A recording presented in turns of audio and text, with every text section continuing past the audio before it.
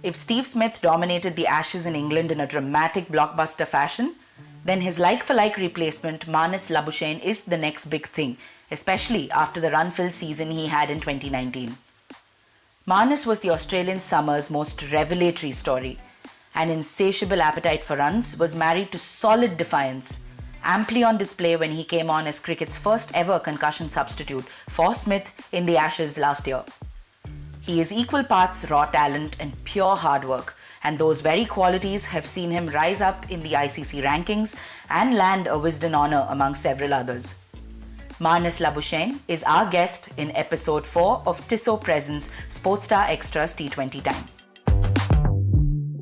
Hello everyone, welcome to Tissot Presents Sportstar Extras T20 Time. The 13th edition of the IPL is currently underway in the UAE, with the international cricket making a comeback from the COVID-enforced hiatus. So to discuss that and all things cricket, we've got a very special guest joining us all the way from Brisbane, Australia. He's a Wisden Cricketer of the Year and, quite frankly speaking, has been a massive headache for international bowlers all around the world. So please welcome Australian batsman Marnus Labuschagne. Hi, Marnus. Hey, how are you? You going well? Yes. What about you? I'm going very well, thank you. It's it's been nice to get back on the road and start playing again, which has been really good. Right. So Marnus, let's begin by talking about the one tournament that's in the news right now, the Indian Premier League. Of course, a lot of Australian players are already taking part in it. Have you had the chance to watch any of the games, follow your teammates? Yeah, absolutely. I sort of get up every morning and watch the highlights and check great. the scores and see how sort of each team's going and all the all my teammates and stuff are going. It's a really good tournament to follow, and it's it's really enjoyable to to sort of watch and see how it's unfolding over there. Yeah. So any favorite IPL moments so far? There've been quite a few, and a lot of Aussies have been involved in it. Conor Pollard's batting very well at the moment. The other night when he was hitting him everywhere, that was pretty good to watch.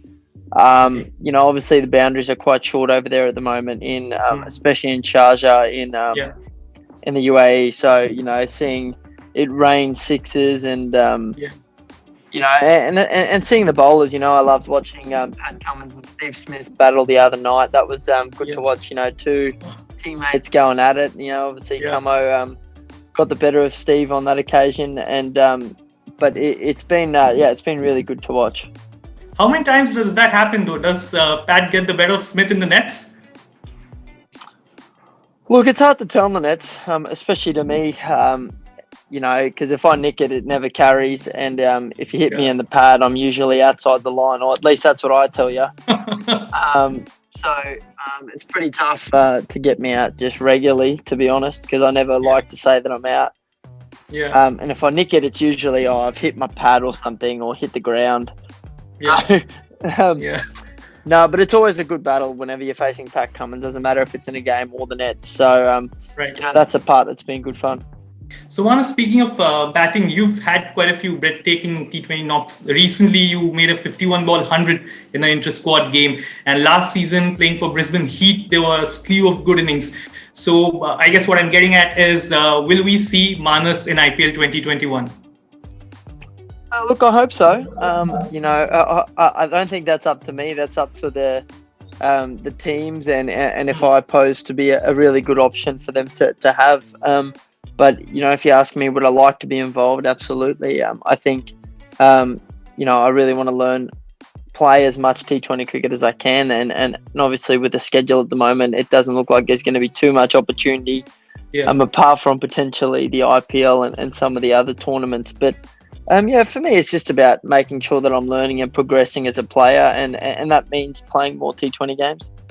Is there any particular team that has caught your attention over the years? A particular, because all these IPL teams have their own style of going about their game. So is there anything that has caught your eye? Look, I think it's pretty tough to go past the Mumbai Indians, the way they play the game and have dominated the tournament. CSK has been very dominant over a long period of time as well. They've been very good, and they played very well the other night, Shane Watson and Faf du Plessis.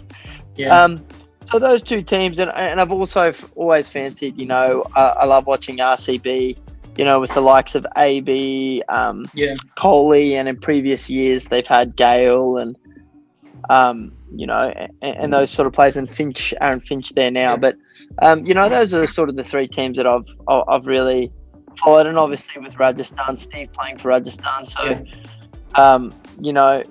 they're sort of the teams that I've followed more closely over the years. But all the teams are very strong. Delhi is playing very well at the moment. Ricky Ponting is got all the strings there. Marcus Stoinis is smacking them. So it's going really well, and it's like I said, I'm interested in the tournament, so I'm always watching and always making sure that I stay on top of it.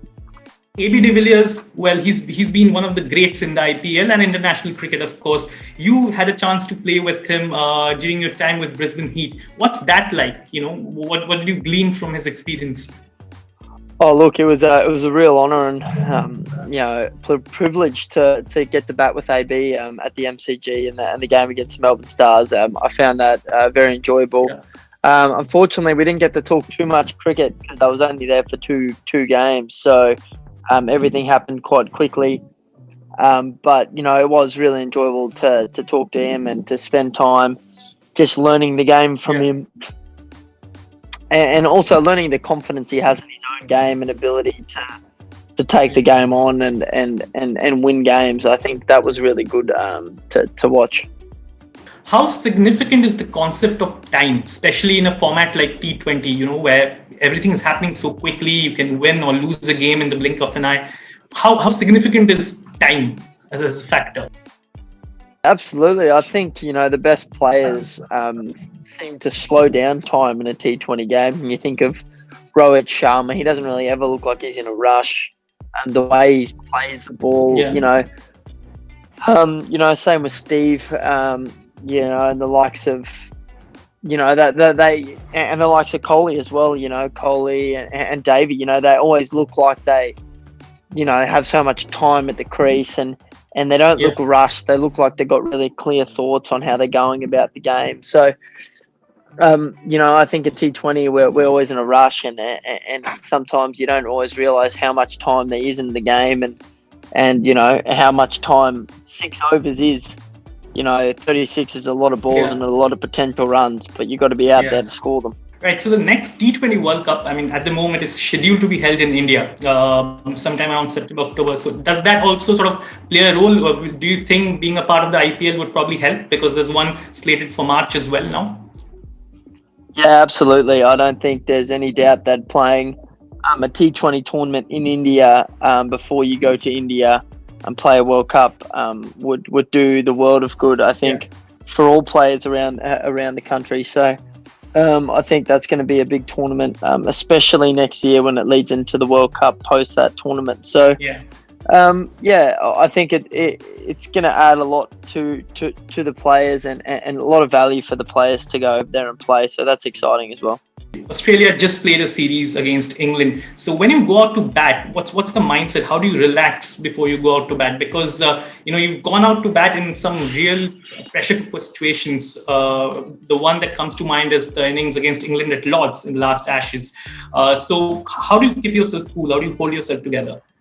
I think to sort of just take over as you get out there. I think for me, it's about making sure I've got really good body language, positive energy at the crease, trying to sort of, stamp your presence out in the middle and making sure that you're confident in yourself.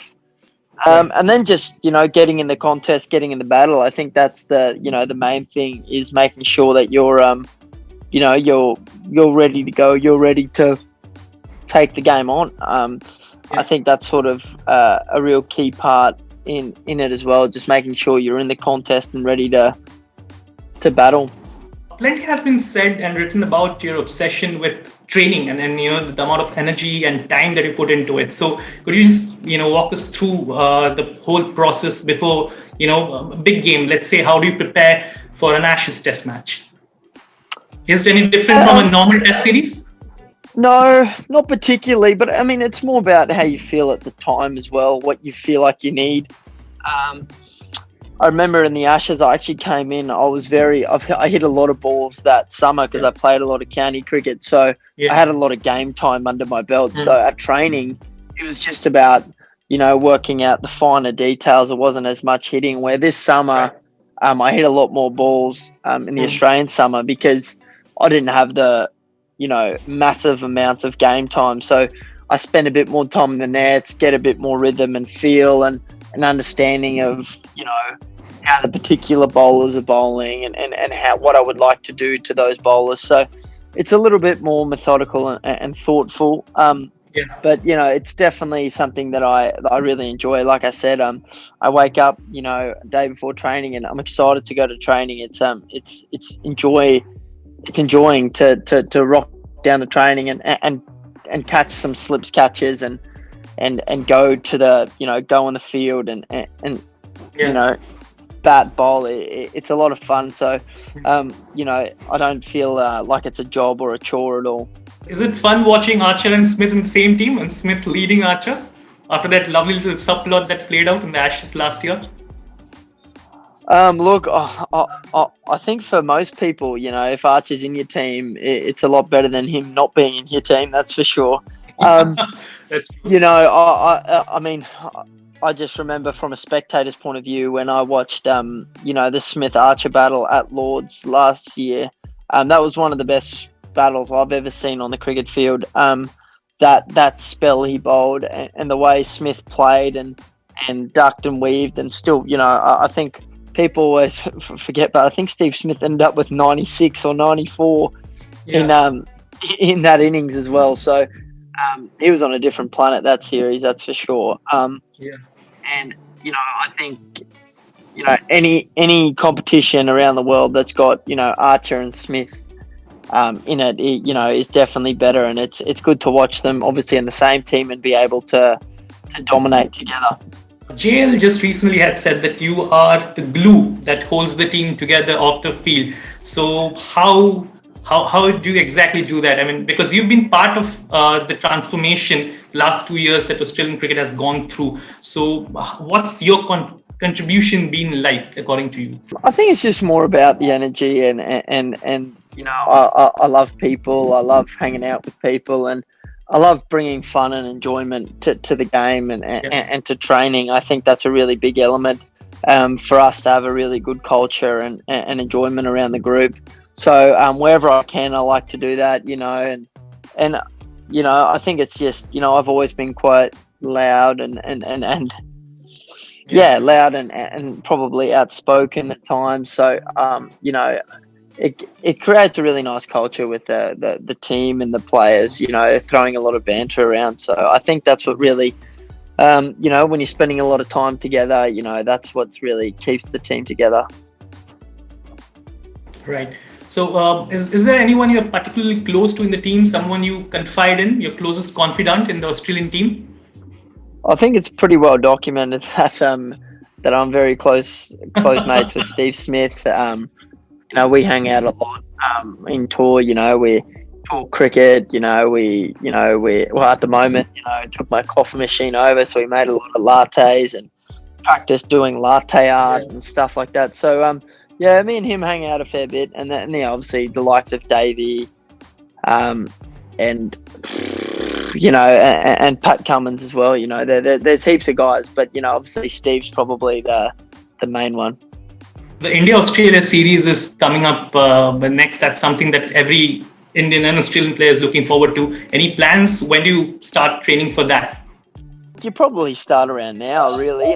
Just in Shield cricket and training is just like in games, scoring runs, being clear with how you're going to go about scoring runs. Maybe you start thinking about, the certain plans and preparations India will have for you as a batter, where they will attack you, where they'll defend if you're batting well, what sort of fields I'll have at certain times. So those things are sort of just ticking over in the background, I think. But I think these sort of next month, 5 weeks to a month is going to be just about, getting some time in the middle, trying to win as many games as I can for Queensland, and us as a team winning games. I think that's sort of the key. in any team. It doesn't matter who you're playing for. That you're making big contributions for your side to winning games.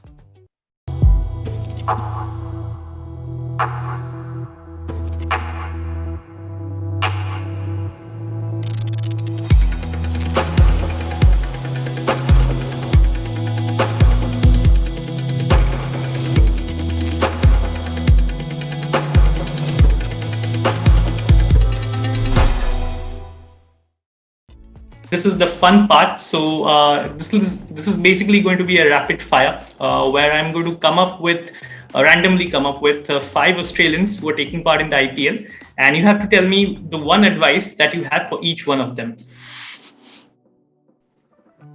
Keep bowling fast. Oh, unstoppable when he keeps hitting the ball hard and straight. I think one of the biggest hitters that I've seen in the game. Watson, class, really. Tough to, he's been dominating IPL for a long time now. But yeah, beautiful to watch. Just keep hitting that beautiful cover drive. That's one of my favourite shots of Watto's. Oh, keep trying to hit the ball out of the stadium, because even your miss hits go for 6. Oh, keep batting. You're the best batter in the world. One pep talk, if you were to give one pep talk to Steve Smith the next time he faces Pat Cummins. Probably what I said to him the other night. I said, what did I say? Just hit the ball in the gaps. What did I say? Just hit the ball in the gaps. He was trying to hit him out of the stadium. No, he's like I said, he's one of those players where, he'll exactly understand what his thought process from that innings, and he'll make sure he makes he rights his wrongs from that game into the next game he plays against Pat. So I'd stay tuned for that. It's going to be a great battle again. Thank you so much, Manas. That'll be all. Thank you so much for taking time out and doing this. I keep my time with SOC Star, and you'll be receiving your own very soon. Thank you so much once again, Manas. Pleasure. Really appreciate you taking Have a good time one, out. guys. Yeah, all right. Bye. Yes, you too.